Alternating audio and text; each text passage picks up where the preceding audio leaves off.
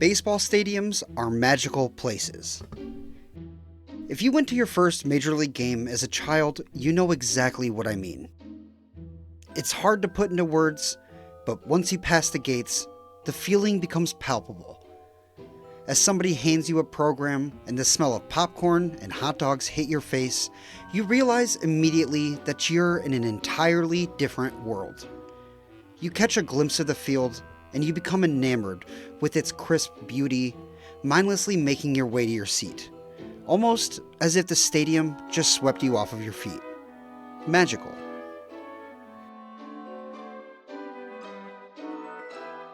For all of the grand ballparks that have come and gone, none has ever felt quite as magical as a little old ballpark in Birmingham, Alabama.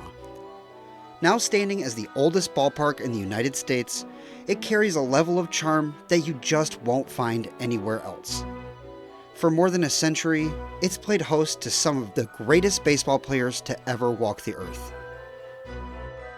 From Burley Grimes to Willie Mays. From the Birmingham Black Barons to the Birmingham A's.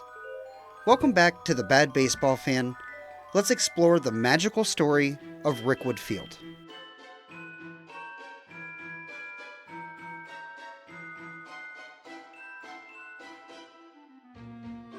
Before we get started, I just want to remind you to like, comment, and subscribe. Your support and engagement make it possible for me to continue this work. Anyways, let's dive in.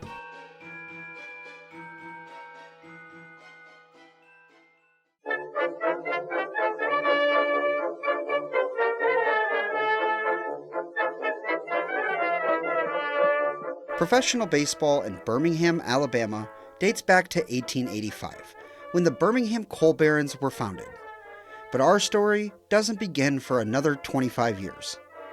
In February of 1910, the Birmingham baseball team, now just the Barons, were purchased by a local industrialist by the name of Allen Harvey Rick Woodward from one James William McQueen. His first order of business was to design a new ballpark for his team, acquire land for said ballpark, and have it built. The local architectural firm, known as the Southeastern Engineering Company, was hired by Woodward to design the ballpark, using Shibe Park in Philadelphia and Forbes Field in Pittsburgh as its inspiration. As a matter of fact, Philadelphia Athletics owner Connie Mack made his way down to Birmingham with his ball club to play exhibition games and help advise the designing and construction of the new ballpark. Plans were presented and approved, and Woodward purchased land in the west end of town from the Alabama Central Railroad. Ground broke in the spring, and construction proceeded rather quickly on the nation's first concrete and steel ballpark built for minor league baseball. Sources conflict a little on the naming of the ballpark, with one source claiming that Woodward named it after himself, and another claiming that the name came from a competition in the local newspaper, the Birmingham News. Either way, it was decided that the park would be called Rickwood Field. The new ballpark would feature a covered grandstand around home plate with uncovered bleachers for the length of the infield and extending down the right field line. A tile-roofed cupola donned the roof of the stadium behind home plate for members of the press, and the original outfield dimensions were absolutely enormous, with 470 feet down the left field line, 344 feet down the right field line, and an incomprehensible 500 feet to dead center. The center field wall was so deep that no slugger managed to clear it until it was shortened. The scoreboard was manual and located in right field, and construction on the state-of-the-art baseball facility finished up in early August, and the inaugural game took place on August 18th. Several prominent political figures attended the game, including Alabama Governor Braxton Bragg Comer, Birmingham Mayor Culpeper Exum, civic leader George B. Ward, and publisher of the Birmingham News Victor H. Hansen. Businesses in downtown Birmingham closed to allow residents to attend the first game, and over 10,000 people filed into the ballpark. The first pitch was thrown by Rick Woodward himself, but not in the ceremonial sense you might be thinking. Woodward, a former ballplayer himself, loved playing the game and inserted himself on the roster, grabbing a jersey and taking the mound. His first pitch was ruled a ball, and he argued the call with the umpire and was immediately ejected. Just like that, over a century of baseball at Rickwood Field kicked off. The Barons went on to beat the visiting Montgomery Climbers by a score of 3-2 thanks to a 2-run ninth-inning rally. Rickwood Field's quality made it quickly known as a premier spot for baseball. In the spring following its construction, the Philadelphia Phillies made their way down to Birmingham to spend spring training at the beautiful new ballpark. The Phillies played an exhibition game against the Barons on March 11th, and this was the first time, from my understanding, that Major League Baseball players played baseball at Rickwood Field. The following year saw a tornado tear the outfield fence up prior to the season, but it was repaired in time for opening day. A good thing too, because Rickwood Field featured the largest opening day attendance in the Southern Association, winning a trophy for the accomplishment. The trophy, awarded to the team with the highest opening day attendance, was won by the Barons in 1912, 1914, and 1915. 1912 was a big year at Rickwood Field, as the Barons won their first Southern Association pennant at Rickwood, and the ballpark began playing host to the Alabama Crimson Tide football team. The Crimson Tide would remain at Rickwood Field through the 1927 season, before leaving for the newly constructed Legion Field. During their time at Rickwood Field, the Crimson Tide earned Rose Bowl wins in 1925 and 1926, claiming national championships with those bowl wins. Their move to Legion Field was in hopes of drawing larger crowds and establishing the football program as a powerhouse, both in terms of play on the field and financially. Back to baseball, the Barons won the aforementioned pennant in 1912 and repeated the feat in 1914. That 1914 season featured the Barons' first future MiLB Hall of Famer in spitballer Burley Grimes. Grimes spent 3 seasons in Birmingham and is known as the last pitcher to ever use the spitball at the major league level. 1914 also saw Rickwood Field get its first update, when Rick Woodward has electric fans installed in the grandstands to keep the crowd cool on hot Alabama summer days. A year later, Woodward hosted a 1-inning exhibition game between all-female teams from Bessemer and Birmingham in support of women's suffrage. Taking place on August 18, 1915, the game was the culmination of a months-long campaign by the Alabama Equal Suffrage Association to raise support for a bill in state Congress to allow women to vote. Suffrage Day at Rickwood Field was a great success, but the bill ultimately failed in the state Congress, and the women of Alabama had to wait until the ratification of the 19th Amendment to the U.S. Constitution to gain their suffrage. The Barons remained a competitive ball club throughout the 1910s, winning 2 pennants and finishing in second place several times throughout the decade. 1919 brought another second-place finish to Birmingham, but Rickwood played host to more than just Barons baseball. The spring heading into the season saw Rickwood play host to the Pittsburgh Pirates for spring training. Following the baseball season, an exhibition game between 2 Negro League teams was played at Rickwood Field in front of over 15,000 fans. Then, partly thanks to the success of the exhibition game, a new Negro League team was founded in the city, to be called the Birmingham Black Barons. The Black Barons entered an agreement with Rick Woodward to use his ballpark while the White Barons were out of town. Playing their first several seasons in the Negro Southern League, the Black Barons were only the second ever baseball team to call Rickwood Field home. After a decade of baseball, Rickwood Field was beginning to cultivate the baseball culture it would come to be historically known for.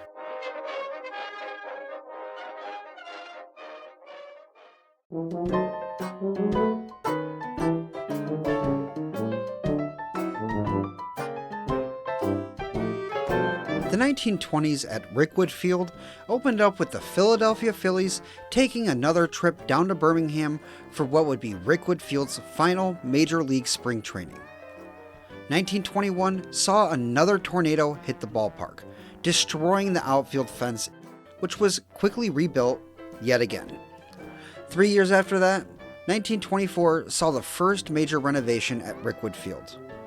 Woodward hired architectural firm Denham, Van Kuren & Denham for the designing of a steel-framed rooftop above the infield grandstands to protect spectators from the relentless sun. It's worth noting that heading into the season, the Birmingham Black Barons left the Negro Southern League and joined the first iteration of the Negro National League. They would end up spending most of the decade bouncing between the leagues due to financial concerns. Despite the volatility, several future Baseball Hall of Famers played for the Black Barons in the 1920s, most famously Satchel Paige. The insane amount of talent playing baseball in the Negro Leagues allowed the Black Barons to often draw greater crowds than the White Barons. Going into 1928, Rick Woodward hired architectural firm Paul Wright & Company to design the first major addition to the ballpark, a mission stucco Hollywood-style entrance structure that would feature offices and ticket booths.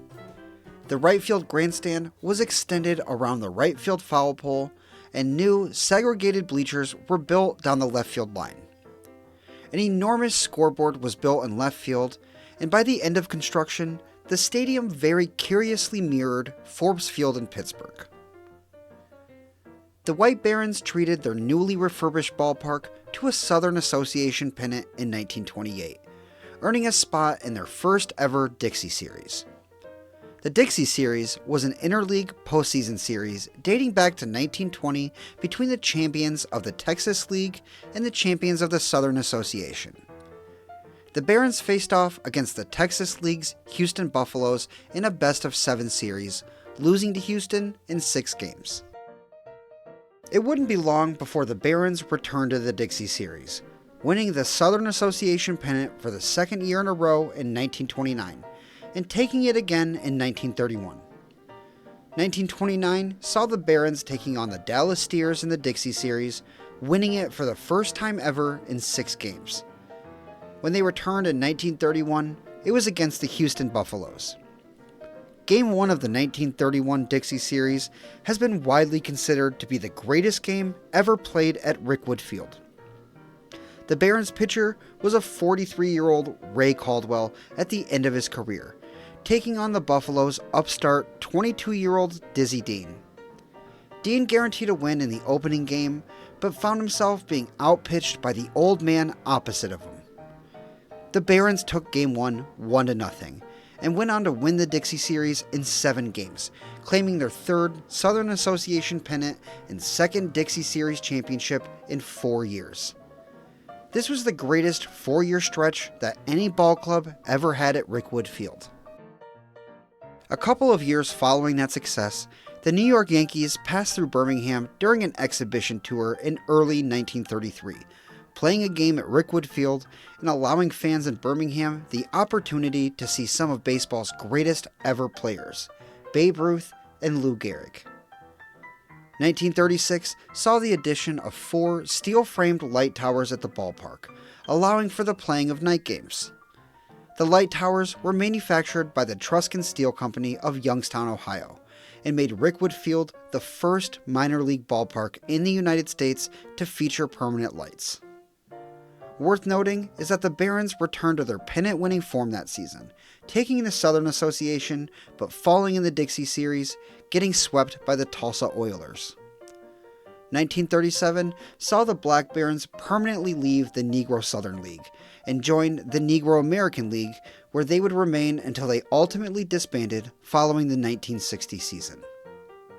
Then, 1938 saw the first change in ownership at Rickwood Field when Rick Woodward sold the ballpark and team to local businessman Ed Norton. Even through an ownership change, Rickwood Field was modernized and thriving, and would continue to do so for decades.